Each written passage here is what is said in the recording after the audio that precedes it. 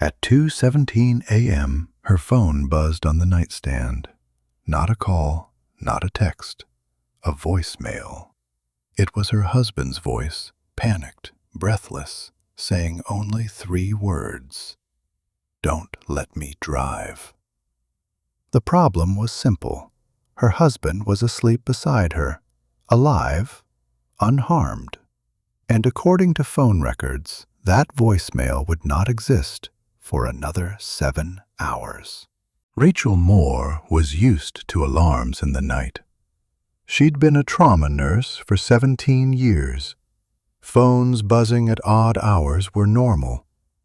What wasn't normal was the cold certainty that wrapped around her chest the moment she heard her husband's voice coming from the speaker. "Rach, please, don't let me drive." That was it. No background noise, no explanation, just fear, raw and unfiltered. She sat up, heart pounding, and stared at Daniel sleeping beside her. His breathing was slow, steady. The room was dark except for the pale glow of the phone screen. The voicemail timestamp read 2:17 a.m. Her hands shook as she replayed it. Same words, same desperation. She checked the call log. Nothing. No outgoing call. No missed call. Just a voicemail with no origin. Rachel whispered his name. "Dan?" He stirred slightly, rolled over, and kept sleeping. Her nurse brain kicked in, looking for explanations. Pocket dial? Sleep talk recording app? Glitch?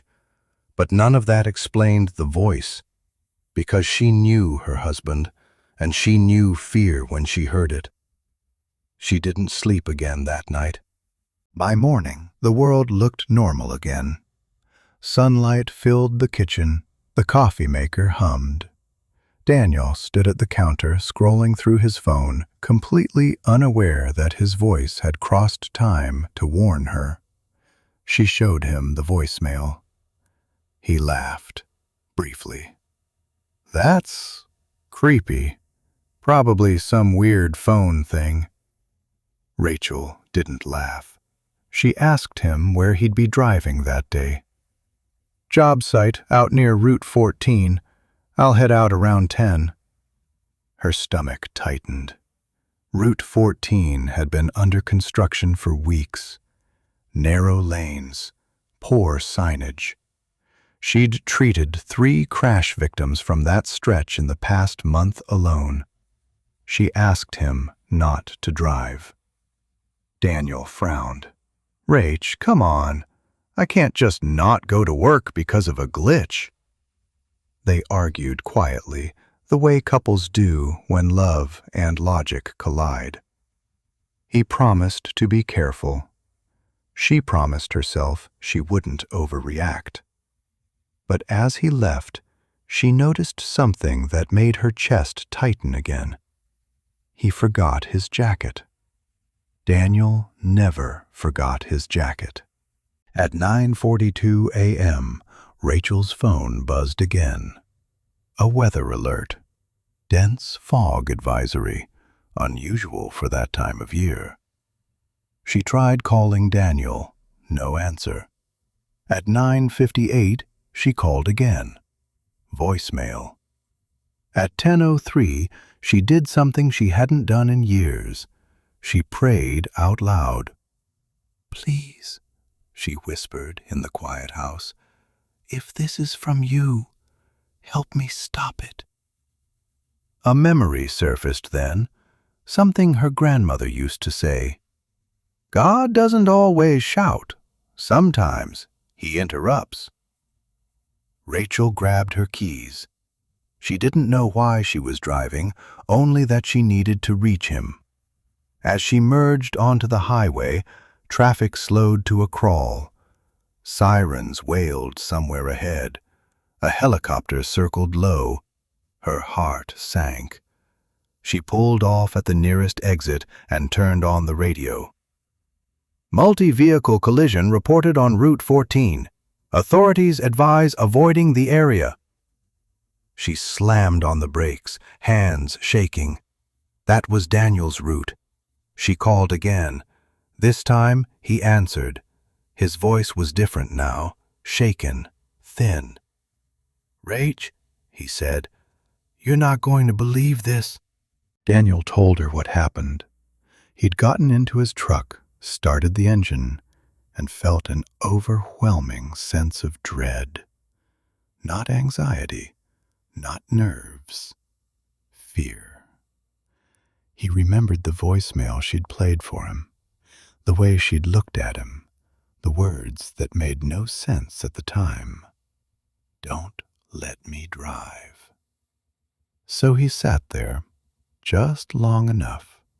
A car sped past him, lost control in the fog, crossed the divider, and triggered a chain reaction crash less than a quarter-mile ahead. Had he left on time, Daniel would have been there. Instead, he pulled over, turned off the engine, and waited until the shaking stopped. "I don't know why," he told her, "but I knew if I drove, something bad would happen." Rachel closed her eyes. The voicemail timestamp flashed in her mind again. 2:17 a.m.